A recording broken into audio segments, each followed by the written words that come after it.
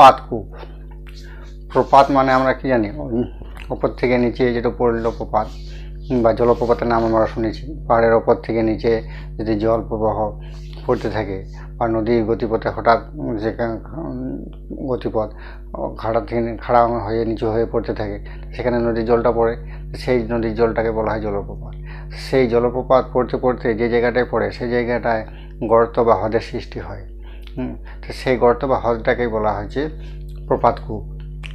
গোল আকারের, কোনো কোনো জায়গায় গভীরও সৃষ্টি হয়, কোনো কোনো জায়গায় অগভীরও সৃষ্টি হয়। তো খুব কম গভীর না, খুব বেশি, অনেক সময় মাঝারি আকারে গর্তের সৃষ্টি হয়, কিন্তু জলের প্রচুর পরিমাণে জল থাকে। তো এই যে ওপর থেকে নিচে এক নাগারে জল পড়তেই থাকছে তো অনবরতভাবে। তো এই পড়তে যাওয়ার ফলে সেই জায়গাটার মাটি বা পাথর ক্ষয় হতে হতে গর্তের সৃষ্টি হয়। সেই গর্তটাকে বলা হয়েছে প্রপাত কূপ।